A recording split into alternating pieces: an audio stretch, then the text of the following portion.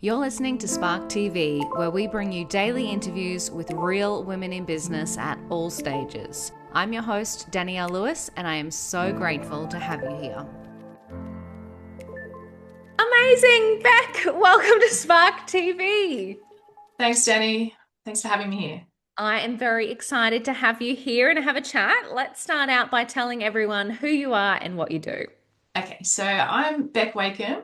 I'm the director of the Dyslexic Clinic, a tutoring business based in New South Wales, but also online, so kind of all over the place. Yeah, and we work with children who have dyslexia, just helping them to read and spell, and enjoy picking up a book and knowing that they can actually read it. Wow. So, how did you get into this? So I've had over 25 years in education. So before I started the business, I worked in as a primary teacher, and before that in early childhood education. And I guess so, I've always wanted to work with children, and I just love helping them and helping them to learn and teaching them. So that's kind of my background, but I never dreamed that I would be a business owner at any point. It just kind of happened during the second lockdown that we had here in Australia. Yep. And I had a friend reach out, and so all of the parents were teaching their own children at home. And I had a parent reach out to me and say, okay, I've got the stuff sent home from school. My child has dyslexia. I don't really know how to transfer this information into something that they would understand, but you're a teacher, so you can help me. And Surely you have all the answers. yeah, well, I mean, assuming that their child's at school and has dyslexia and would be understood by most people. But I kind of had to admit that I wasn't that knowledgeable in terms of teaching a child with dyslexia. I'd done professional development at the school, and yeah, I couldn't really help them, and I felt really bad, and it was quite a stressful situation for them. And so I said, let me just, kind of find out some information, and I'll see what I can do to help. So at that time, I reached out to a dyslexia specialist tutor, and she was really generous with her time, and we spent probably over an hour just talking about dyslexia and how, when you come out of your teaching degree and go into a school, you really don't have that knowledge of how to teach someone with dyslexia, how to change the content and make sure that they can learn well. And so it got me really motivated to kind of want to know more. And she mentioned to me that it's an area that there's a huge demand, and there's not enough people in working in that area. So she put me onto some training that would help me. And I just, at the first earliest opportunity, I went and got my certification, and yeah, within probably 6 months, I started the business. She did say to me, actually, when you do this training, and you know better, like then you want to do better, it'll probably be hard for you to go back to what you've been doing all along. And yeah, that was obviously true, because here I am, almost 5 years later. Wow. So that's kind of, yeah, how it all started. And it was, yeah, just it kind of picked up straight away. Within 10 weeks of starting, I was fully booked with students, and Oh that my demand gosh. was there. And yeah, so it's just been going really well since then.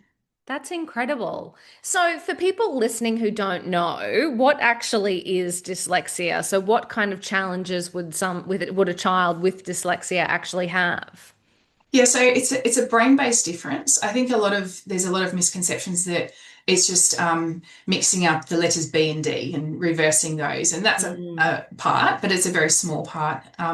So it's the ability to or the difficulty with recognizing letters, or and the sounds that they make, and having that link easily made that might be easy for someone else in order to read. And then the reverse of that, where just that phonological component of sounds, and then how they're written and Mm. represented. So, of course, reading and writing is something that we need to do on a daily basis. So it has an impact in every aspect of their life.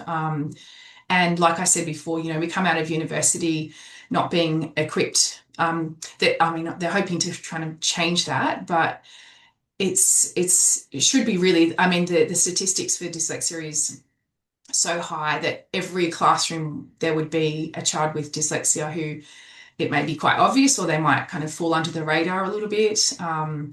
So yeah, I think it is something that should change so that teachers have more training around and Mm. in order to help these children. Absolutely. So is it something that, and I'm going to ask some very ignorant questions here, all in the name of educating. So is it something that you, I guess, grow out of? Is it something that you live with forever? Do you just learn like strategies to get around it? How does it work as you age? Yeah, so it's lifelong. Mm. You can't grow out of it. I guess um, you can learn strategies, and this is what we're teaching is Yeah. how to read unknown words, how to break them up, and then obviously the reverse with spelling them. So it's often hereditary as well. There's a large component where it's hereditary. So Wow. if there's a parent, a sibling, even an extended family that have dyslexia, it can run in families as well. And um, again, it can fall under the radar depending on each child because they do develop coping strategies, I guess, and a lot of it would be memorization and remembering the word the way that it kind of looks, and that's their only strategy rather than actually being able to decode, so break all the sounds up, Wow. or push the sounds together to read. So um, yeah, there's a lot of adults, I guess, that probably have dyslexia and don't really know because it again wasn't really maybe discussed as much, or Mm. they've found ways to kind of cope and manage in life and their workplace and yeah, and kind of get through. Wow. It sort of reminds me, I mean, I think during COVID, the conversation around ADD and ADHD became really prevalent. And it Yeah. was one of those things where, a lot of, I guess, millennials or older generations kind of grew up with things not being talked about, and people developed strategies or even just thought ill of themselves, like when, oh, Mhm. well, obviously I can't do what other people can do, and would Yeah. put themselves down. It just makes me kind of think of that, like that, there would be these kids or maybe even adults now who think that of themselves, wherein it's actually something that you can, work with someone like yourself and find out ways to yeah, develop strategies to read and write and live a happy life. Yeah, because it's not linked to intelligence. Mm, And I think that's also maybe a misconception that if you can't read and you can't spell it, it's because you have a low IQ, but it's not. You can be mm. extremely intelligent. Like a lot of entrepreneurs have dyslexia, Wow, yeah. well-known A lot of ones them as have well. ADD too. Yeah, that's Yeah. right. Well, it's actually a very strong comorbidity. And this is where, again, it can Yeah. be hard with diagnosis because, Mm. is a child not, or even an adult, not able to, pay attention to read the words or read the book or write the sentence Yeah. because their attention is affected, or is it because they can't actually, their brain's not making those links to be able to do the work. Um, but yeah, some very, very famous, like Jamie Oliver is one, Robin Yeah, I just heard about Williams. that actually. Yeah. Yeah, I think a lot of actors as well. So Wow. it does affect self-esteem and confidence, of course, especially when children start to realize what everyone else around them can do and what they're having trouble with. Mm. And that's usually the first thing that we see improve. Um, Kind of a recognition that, oh, I actually am clever and I can do this. It just needs to be taught to me in a way that I understand and that makes sense for me. And, to hear parents say they haven't, picked up a book they hate reading, and, maybe 6 months later say, oh, they're, willingly choosing to read books at night, and it just makes them so happy and me as well. Oh my God, it must feel good, like having a business that does actually have such a beautiful impact on people. Yeah. I mean, when I was teaching, obviously my goal was to do the same. Mm. And I always set out to do that. But I guess working in one-on-one with the children has really shown that that means a lot to me, and making sure that they're reaching their goals, whatever that might be. And yeah, so I think that's really important to for me and for them. Oh, I love that so much. So, how did you find the process of being a teacher and then being a business owner? Like, what was that leap like for you? It was a bit like go all in, Yeah. or like either just do it or don't do it. It was kind Mm. of one way or another. But I am very like, um, I like to think things through, and I had this pros and cons list, and that's just me. And making sure that I'd kind of covered all bases, and made sure that it was something that was going to be a sustainable business and be close to my income with what I was earning in teaching as well. Um, and so, yeah, that's kind of what was all factors. And also because we weren't sure if the lockdown was going to happen again, it was a bit, Yeah. unsure. So I started exclusively online. Um, and I know a lot of kids who are over the whole Zoom learning from home thing. But I found a really child-friendly platform that's, kind of more game-like. Oh, Um, cool. yeah, so it's a lot of fun. Obviously, there's a lot of teaching still happening, but it's in a fun way, and just engaging these children in learning, particularly through a screen. It can be hard sometimes, but a lot of the children have like live remotely or regionally, so they don't Ah, have a lot yep. of choice anyway. So that was a really good starting point in terms of getting it up and running, and making sure that obviously my reach could be anywhere within this Australia or the world, really, depending on the time zone. So yeah, so that was kind of good to see that picked up quite quickly. And I've just recently opened an in-person clinic for local children as well. Oh, So wow. That's yeah, awesome. yeah, I'm hoping to like I'm really excited with what can happen there. We've got enough space to have kind of group workshops for kids, book clubs and parent information sessions, and so yeah, I've branched out a little bit in that way also, just to help more children really. Wow, that's so awesome. And I love that you said that you found a different platform to connect online. I do find that so smart. I mean, we talk about that even in the women in business space, especially if you work from home.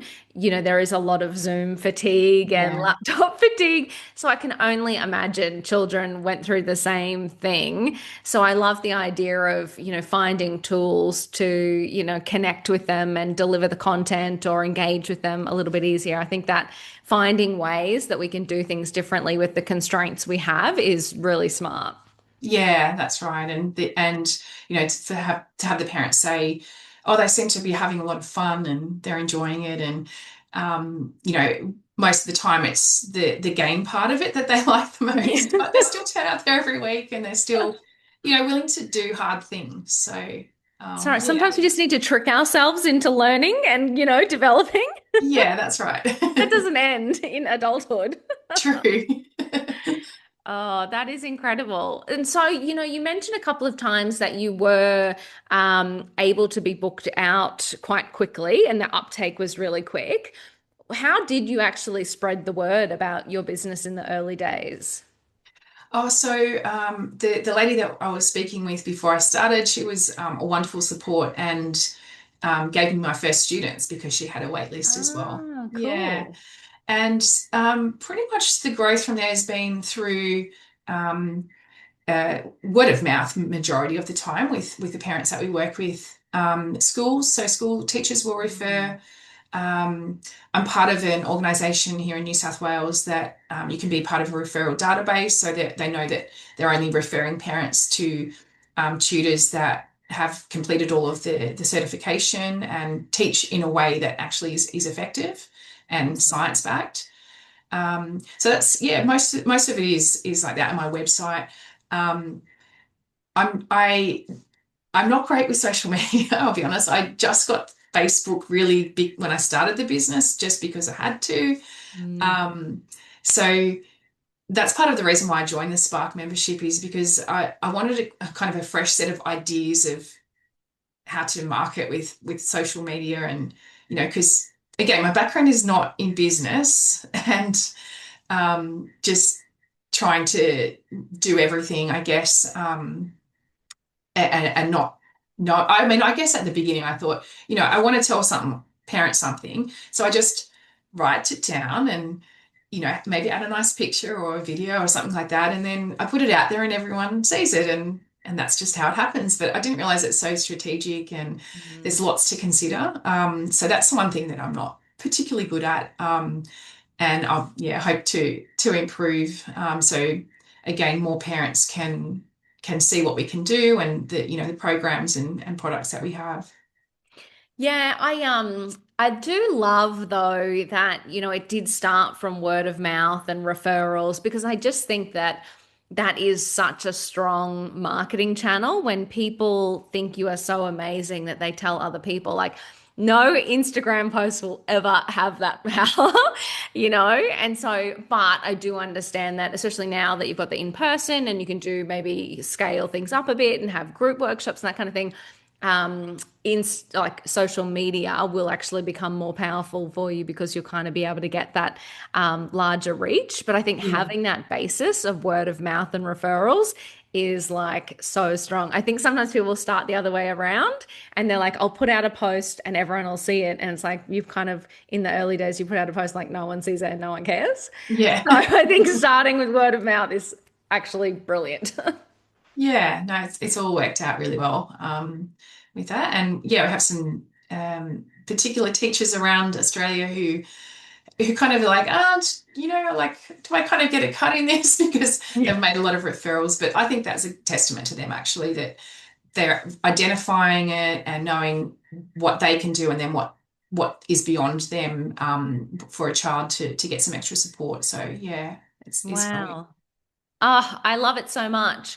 So, how do you look after you as a business owner? Have you, done what we all do and burn yourself into the ground, or are you killing it? Like, how are you feeling as a woman in business? Yeah, a few times. Fell down there, had to pick myself up.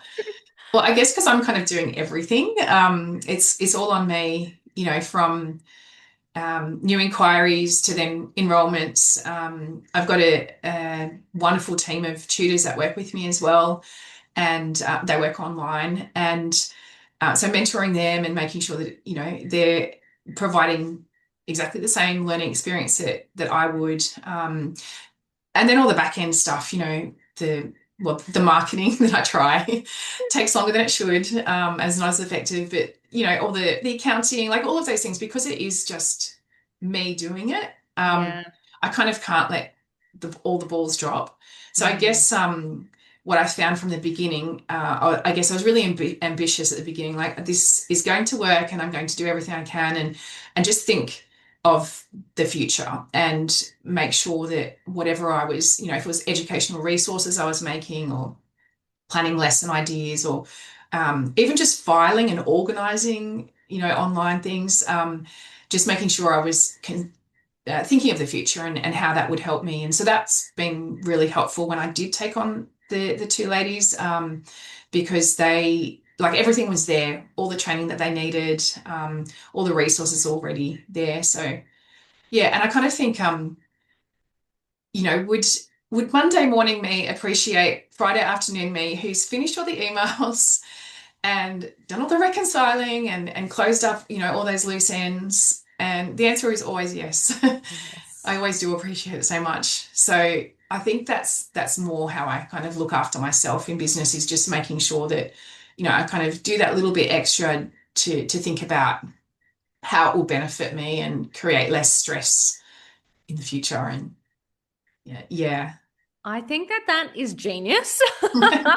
It's yeah, I was literally as you were talking, I was kind of reflecting on my own journey and even the way I operate now. And you're so right. Like the days where I do that, I'm like, Yeah, future Danny, she doesn't want to wake up at 5 a.m. and have to do that yeah, job. She would much prefer it if you did it now and just got it out of the way.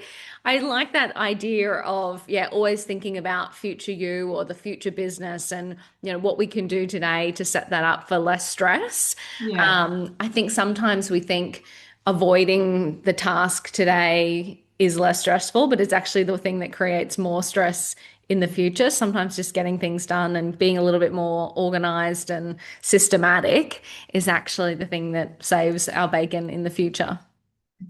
Yeah, definitely. There's, you know, you can always go, oh, I've got 2 hours before I have to do that. And that 2 hours is, it's never two It's hours. It's never always there, is something. it? No, something comes up and when you least expect it, and then it just creates that roll on and flow on effect. And yeah, so I tend to kind of put that extra effort in even when I might be ready to kind of sign off for the week or the day. And yeah, and that's helpful as well with my the hours that I work. I kind of have some breaks in the middle of the day, and Mm, so a little sneaky midday nap always is something that I enjoy. Helps I get me love through the that. day. I find the biggest thing is like energy management, Mm, and I just think a midday nap is brilliant because, whatever you can do to kind of find those pockets of time to like recoup the energy so we can keep going. I think that's awesome. yeah, And it's one of those things too, it's like what works for you. I think we all have these ideas of, we could be, waking up at 5 a.m. and cold plunging and journaling and doing all the things. It's like, that sounds like hell. yes, But it's you not for me. find the thing that works for you and incorporate that into your day. I think that's where the magic happens. Yeah, it sounds good, except for the cold plunging. Yeah, no, I'm definitely not cold plunging. I'll have a nice magnesium bath. That's as far as I would go. Yeah. Oh, so good. I love it. So what's 2026 plan for you? What's coming up this year? Well, I'm hoping to hire some like teachers to come and work with me at the clinic, Cool. and maybe some more online tutors as well. And yeah, like I said before, just try to get some group workshops up and running for children. I wouldn't mind starting a bit of a book club up at the clinic as well. A lot of children, I guess, again, maybe don't have a love of reading initially, but I always hope to encourage that and show them that, if you're shown how to read, if you choose the right books as well, um, based on what's going to be easy for you to read, but still at your age interest level, Mm. that's something that that you can still find enjoyment from. And so yeah, just having some kind of a little supportive environment, little book club there, for us to do that. I love that. So it sounds like it's going to be a year of growth, new team, bigger offerings. This is exciting. Yeah, I am. I'm excited. It wasn't something that I thought would happen, obviously, when I first started. And for the last year, I was starting to think about again that 5 year plan and where do I want to be and how else can I have a greater impact, not just for the business, but for the children that we work with and their parents. And this office space came up, and it was perfect. So yeah. Wow, I love that. And it's nice when you have that future looking plan when opportunities like that do arise, you can jump on them. Yeah, definitely. Yeah, it's How did it feel signing a lease? a bit nerve-wracking. I Yeah. got yeah, good lease terms, so I can kind of dip my toe in for a bit and then see how it goes, and kind of go from there. But I am having that view of like, this is going to work. It's going to be successful. Just need to, yeah, provide as many teachers as we can for all of the inquiries, all the local children that want support.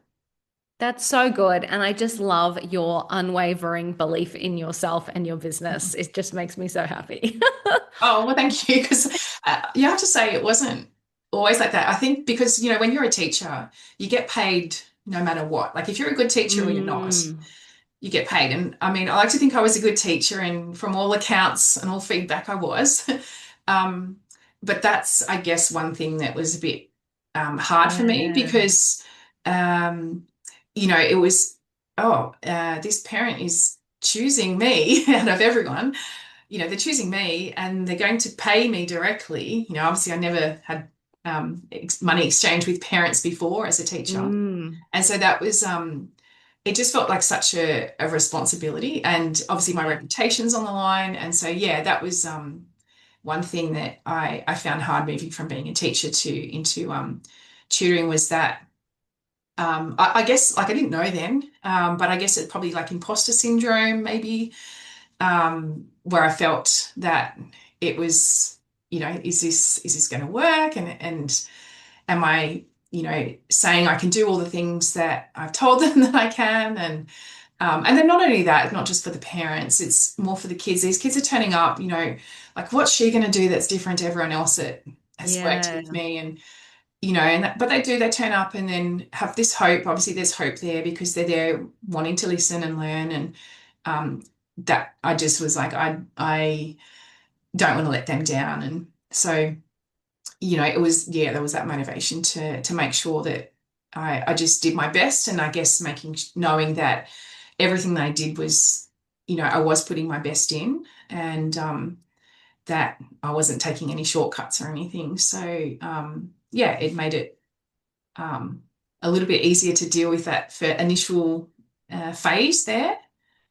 And obviously has been the thing that's paid off as well, where people like can obviously feel that you take this very seriously and are so invested in the kids and want to have an impact. And that is what leads to such fantastic work and then referrals and business growth.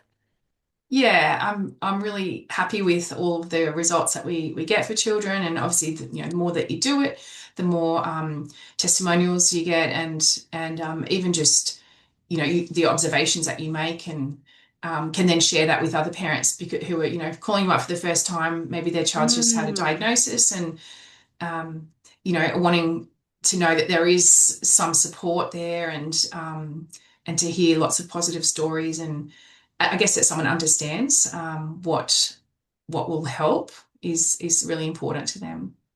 Oh, I love that so much. I could talk to you all day, but I do love to wrap up these podcasts with one last piece of advice. So, reflecting on your time in business, what would be a piece of advice you would give to another woman on her business journey?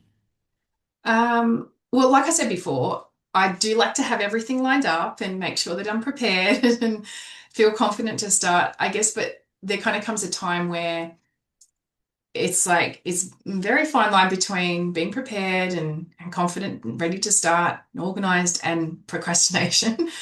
So yeah, I think my advice to someone would be work out where you sit along that little line. If you know that you're kind of waiting for everything to be all perfect before you start, Mm. because it's not going to be. Like once even if you feel that you've got everything ready, there will always be something that you will learn along the way, whether that be to, you know, add something, get rid of something, do something new, or change something. So, or something, new learning that you might have to just adapt to on the way. So, yeah, I think I guess just don't procrastinate. Get to a point where you feel that you could definitely, start something, and then have that openness to be willing to learn as you go if you need to.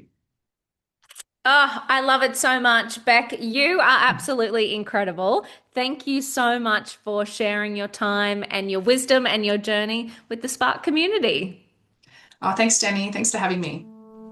That wraps another episode of Spark TV. Shout out to Spark TV sponsor IP Australia for their amazing support of the Spark podcast and women in business. And if no one tells you today, you've got this.